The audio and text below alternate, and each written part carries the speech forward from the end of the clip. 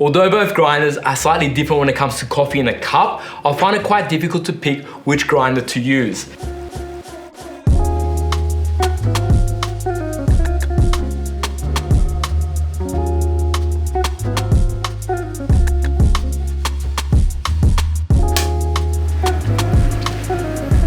Welcome.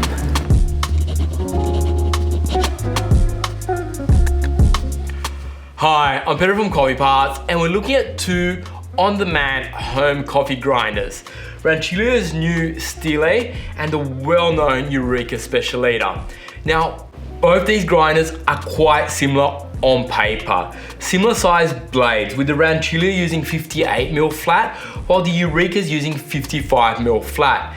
Both have similar footprints, similar height, similar size hoppers, and even similar screens, but there is some variances between the two.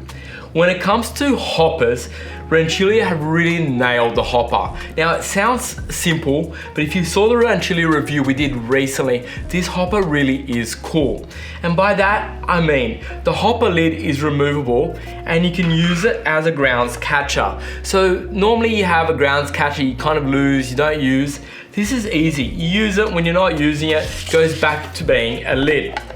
Now, talking about a lid, when you remove the hopper for cleaning, for changing, for whatever it might be, to remove it you have to pull the shut off here. By pulling the shut off, it means you're going to remove the hopper without dropping any beans. On the Eureka, you could remove the hopper without shutting it closed and letting beans go everywhere if you weren't paying attention. And Rancilio have really solved this. Not only have they solved this, but when you do remove the hopper, it sits flat on the bench. Technically, the Eureka does too. It's a little bit harder to remove, but when you do remove it, it does sit on the bench. But because it doesn't really have a support, it is easy for it to tip over. Now, when the hopper is removed, on the Rancilio, you've got a micro switch, which will ensure the grinder does not work, does not activate. On the Eureka, it will work, it will activate. So if you did have, say, kids around, the Rancilio is a little bit safer. In saying that, there is a screw on the back of the Eureka, so technically you can lock that hopper in. But what that means is then it's not easy to remove without tools. Once we put the hopper back in, on both, then looking at how you dial in the grinder, and they're taking different approaches. On the Rancilio, you've got a stepped dial, which you can see on either side, and there's an audible notch between steps. So you can clearly hear when there's been a movement, and you can see it. Now, a lot of people are preferring stepless designs like the Eureka because you can really dial it in, especially for espresso when a small movement means a lot. It is easier on the Eureka, but these steps are so tiny on the Rancilio that it's almost a null point. But for me personally, being able to see the grind adjustment from the front of the grinder and dial it in, I found it a little bit easier on the Eureka, although there's nothing wrong with the approach that Rancilio took. When it comes to dialing in the time on the screens are almost identical.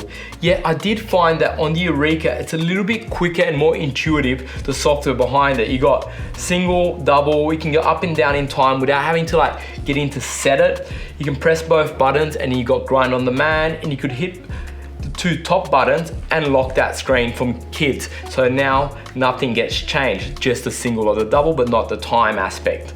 So unlocking it again, and it really is a simple to use grinder. In saying that, the activation is only from the micro switch. On the Rancilio, you got a little bit more functionality, but it is a little bit more work to dial in. Not that it's hard work.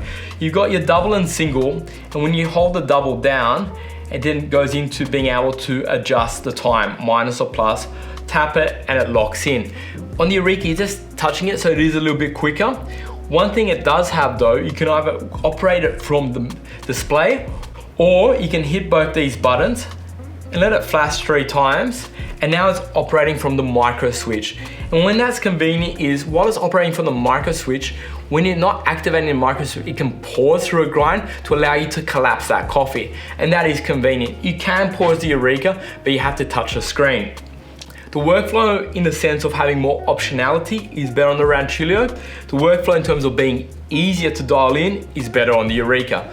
But in reality, much of a muchness. When it comes to portafilter supports, there is a slight difference.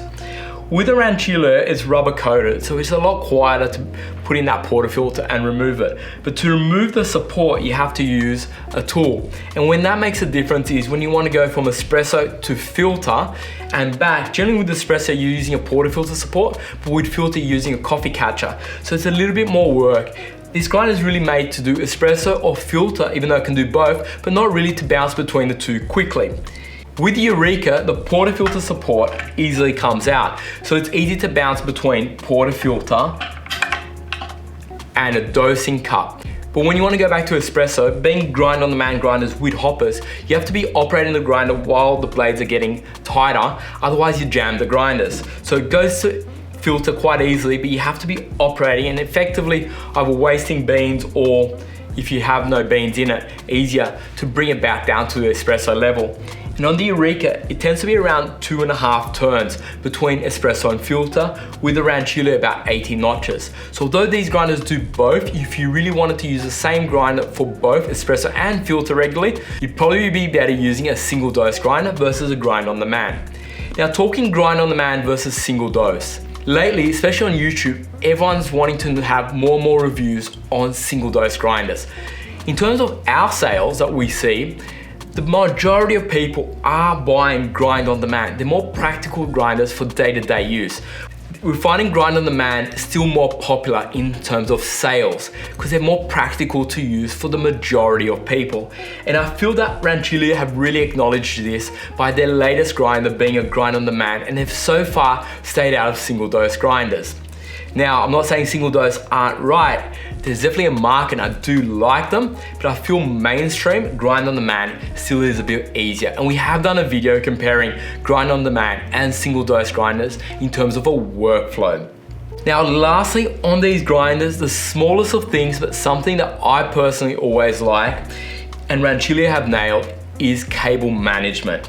The power cable comes out of the bottom, so it comes out neatly out the side, and you can lift it and take it to any side of the grinder you want. And where this makes a difference is grinders are going into different environments. It might be on one side of the machine or the other. It might be on a countertop that's open. It might be up against the wall. So different scenarios, visually, you want it to look differently, and you always want to kind of hide that cable because it's not a really attractive feature.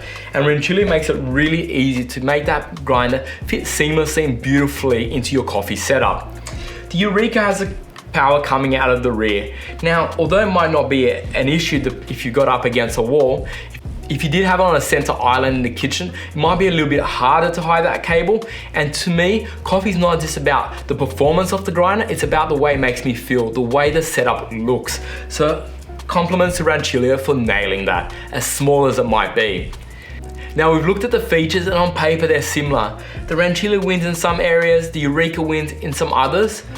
Let's make a coffee and find out how they are in the cup. We've done a full review on both of these machines independently, which we'll leave a link below. But now, because the Rancilio is the latest machine to come out, we're going to do a coffee out of it for the comparison.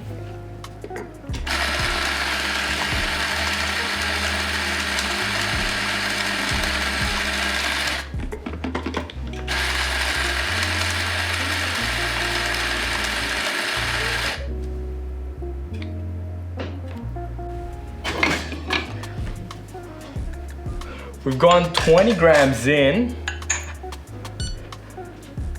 so we're gonna aim for 40 grams out.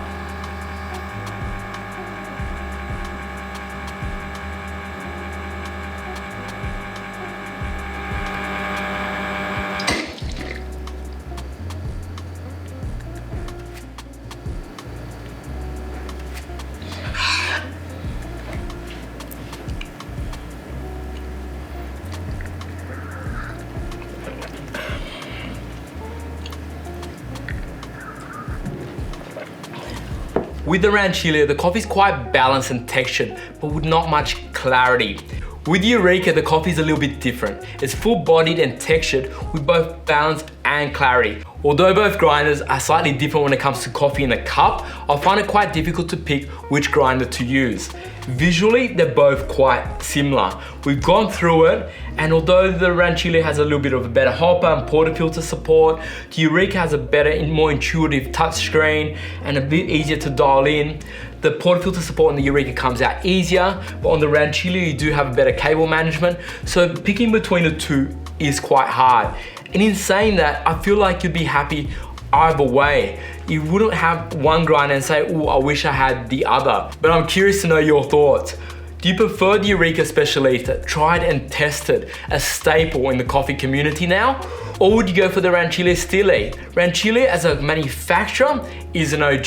They've been in the coffee industry for years and built rock solid machines, from the Rancilio Silvia to the grinders, the Rancilio Rockies. So I'm curious to know your thoughts. Eureka or Rancilio? Let me know in the comments below. And like always, if this video has brought you value, hit that thumbs up. And if you haven't yet, please subscribe. Thank you and see you on the next video.